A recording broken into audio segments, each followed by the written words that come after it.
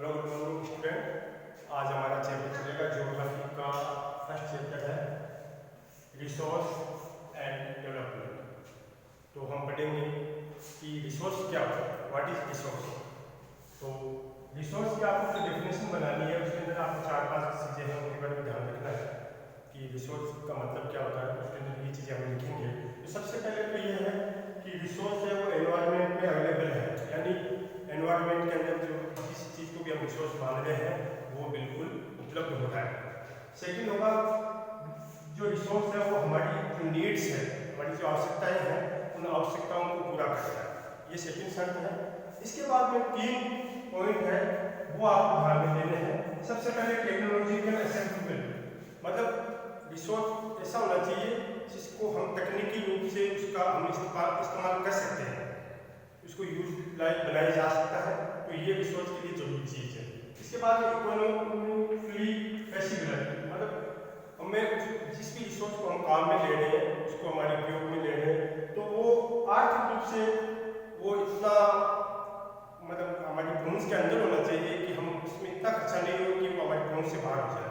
कोई भी जैसे किसी भी जैसे आप ये मान लो कि जो हमारे पोल है, नॉर्थ पोल और साउथ पोल, उसके अंदर बर्फ जमा हुआ है और वो पानी एक शुद्ध अच्छे पानी के रूप में काम में लिया जा सकता है, लेकिन उसको पानी के रूप में बदलने में इतना ज़्यादा खर्चा है कि हम उसको यूज नहीं कर सकते।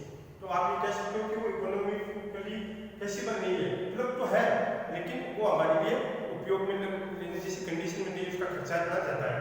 और तीसरी चीज़ है कल्चरल एक्सेप्टेबल, मतलब हमारी जो संस्कृति है उसमें वो स्वीकार करने योग्य होना चाहिए। बहुत सी चीज़ें हैं जो उपलब्ध तो है लेकिन वो हमारा जो कल्चरल जो एनवायरनमेंट है उसमें एक्सेप्ट नहीं किया जाता। तो रिसोर्स के लिए आपको जो चीज़ें ध्यान देनी है वो है कि एनवायरनमेंट का अवेलेबल होना चाहिए, हमारी आवश्यकता को पूरा करना चाहिए, जो टेक्निकल है वो पॉसिबल होना चाहिए, इकोनॉमिक में वो मतलब वो हमारी पहुंच के अंदर होना चाहिए, उसका खर्चा है वो इतना नहीं होना चाहिए कि वो हमारे आउट रेंज चला जाए, और कल्चरली हमारे लिए वो स्वीकार करने लायक होना चाहिए, फिर इसको आप रिसोर्स कहोगे। फिर इसके बाद में जो अगली नेक्स्ट चीज आएगी वो आएगी कि जो मनुष्य किसी भी प्रकार की क्रियाएं हैं वो 3 जो एक्टिविटीज है उनके ऊपर डिपेंड करती है, वो एक तीनों एक्टिविटी एक दूसरे पर डिपेंड करती है। उसके अंदर क्या क्या चीज आएगा, एक तो आएगा नेचर, मनुष्य जो चारों तरफ जो प्रकृति में जो कुछ हमें मिला है उसका उपयोग मनुष्य अपने रिसोर्स के रूप में करता है, और इसके लिए क्या होता है उसको टेक्नोलॉजी चाहिए, बिना टेक्नोलॉजी वो इसका इस्तेमाल नहीं कर सकता। जैसे कि आप एक नॉर्मल एग्जाम्पल ले लो कि एक नदी का पानी है, उस नदी के पानी को हमें यूज करना है तो हम क्या करेंगे कि उसका ऊपर डैम बनाएंगे, डैम बना के उस पानी को रोकेंगे, रोक के और फिर उसको हम खेती के लिए या पीने के लिए कैसे भी काम लेंगे। तो हमें टेक्नोलॉजी चाहिए, और इसके साथ साथ हमें कुछ इंस्टीट्यूशन भी चाहिए। कोई भी काम करना है तो हमें कोई इस प्रकार के इंस्टीट्यूट बनाने हैं जिसके द्वारा हम ये काम कर सकें। तो मनुष्य जितनी भी प्रकार के रिसोर्स का यूज करता है उसमें नेचर का, टेक्नोलॉजी का और इंस्टीट्यूट का, इन तीनों का एक प्रकार से समायोजन किया जाता है। तो जितना अच्छा समायोजन होगा उतना ही आप कह सकते हो कि वो रिसोर्स का एक बेटर यूज किया जाएगा। इसके बाद में हमारी नेक्स्ट चीज आएगी आपका है क्लासिफिकेशन ऑफ रिसोर्स, यानी आप जो रिसोर्स है उनके बारे में पढ़ोगे उससे पहले आपको उसका क्लासिफिकेशन देखना है। क्लासिफिकेशन का मतलब है कि उसका बंटवारा किस आधार पर किया गया। रिसोर्स इतनी एक ब्रॉड थ्योरी है जिसमें बहुत सी चीजें आई हैं, तो आपको इसको जब इसको क्लासिफिकेशन करोगे तो आप छोटे छोटे रूप में इसको पढ़ सकते हो, इसके बारे में समझ सकते हो। तो जो क्लासिफिकेशन किया गया है वो कुछ बेस के आधार पर किया गया है। तो वो बेस क्या है, सबसे पहले आप देखेंगे कि जो बेस है वो है ऑर्गेनिक, उत्पत्ति के आधार पर। तो उत्पत्ति के आधार पर रिसोर्स को बांटा कैसे गया है, तो इसके आधार पर 2 भागों में बांटा गया है, बायोटिक और एबायोटिक।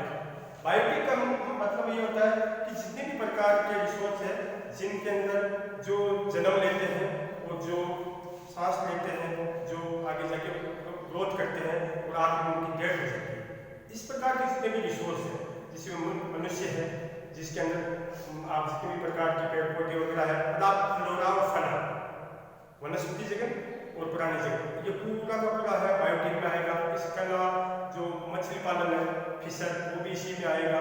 पशुधन जितने भी होते हैं, लाइवस्टॉक, ये भी सारे इसी के अंदर आएंगे। तो बायोटिक का मतलब जो सजीव, हिंदी में वर्ड है सजीव, तो ये सारे के सारे क्या है कि ये एक प्रकार के बायोटिक रिसोर्स है।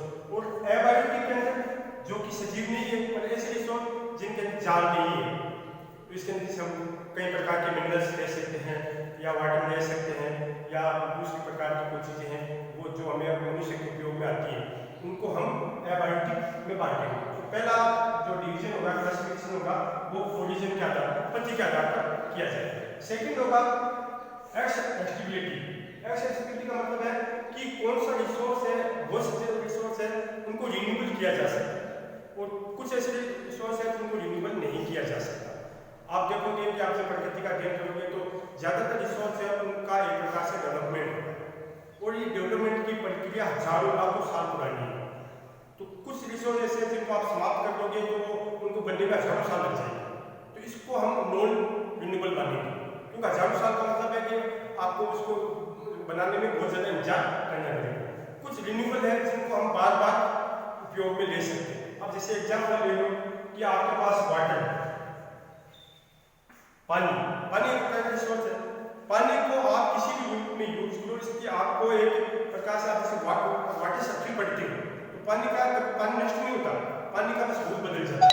आपने पानी को यूज किया, आप पीने में किया, खेत में किया, खेत में से वो जमीन में चला गया, जमीन में से फिर हमने निकाला, फिर वो उसका यूज हो गया, फिर वो मतलब सूर्य की गर्मी से भाप बन गया, भाप बन के बादल बन गया, बादल बन के फिर बारिश हो गई, बारिश होकर वो पानी बहा और नदियों में चला गया, नदियों से वो समुद्र में चला गया, समुद्र में भाप बन के फिर बादल बना, बादल बन के फिर बारिश हो गई। तो एक प्रकार से सर्किल चलता पानी, वो पानी खत्म नहीं होता, बस एक प्रकार से एक रूप से दूसरे रूप में घूमता रहता है, तो वो रिन्यूएबल है।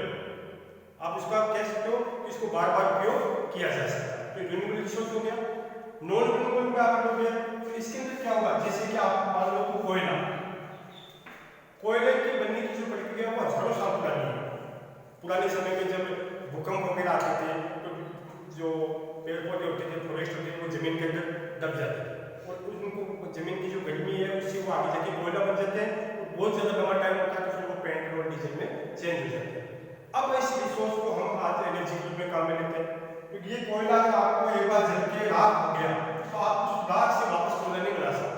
उसको बनाने की प्रक्रिया इतनी है कि वो कई हजारों साल बाद में वो वापस करें, तो ये नॉन रिन्यूएबल एग्जाम्पल है।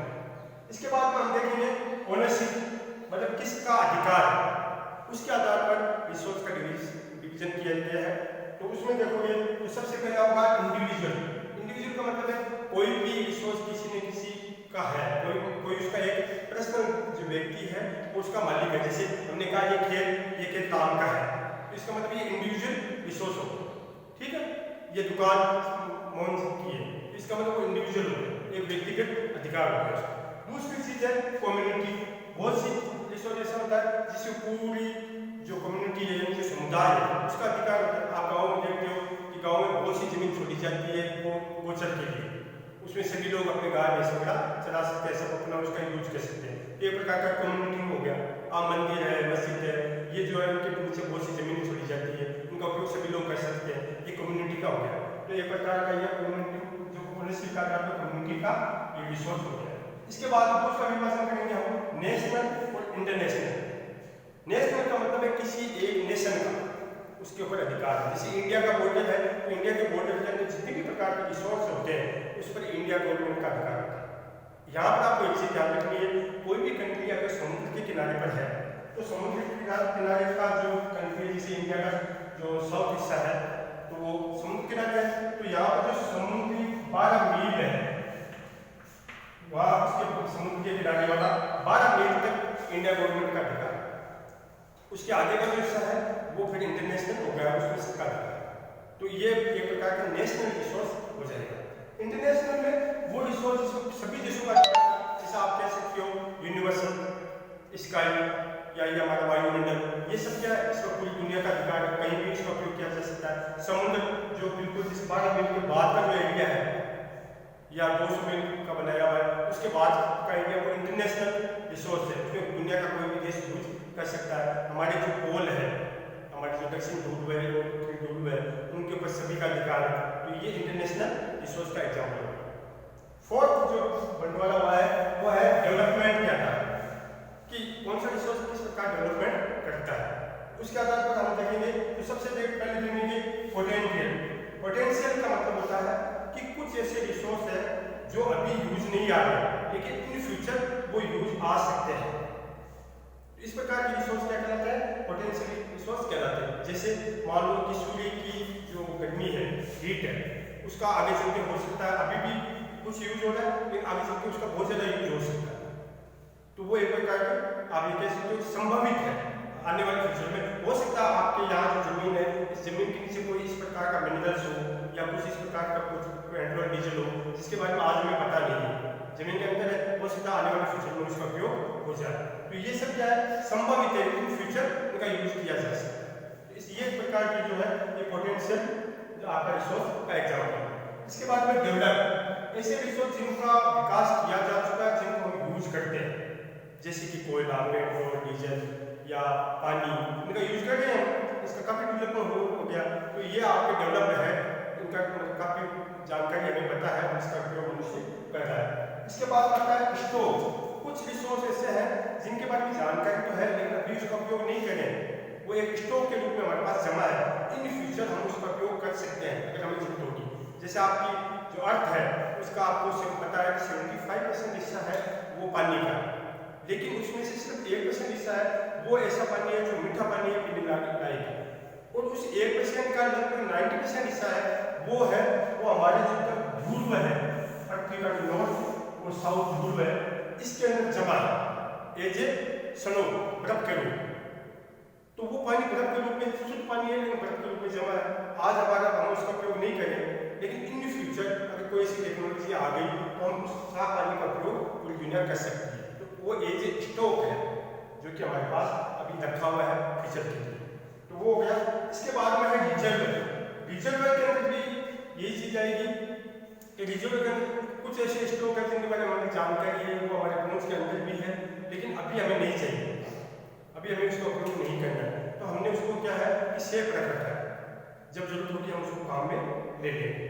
इस प्रकार डेवलपमेंट के आधार पर भी इसको 4 भागों में बांटा गया है। इस प्रकार आपका जो रिसोर्स है उसका क्लासिफिकेशन किया गया है।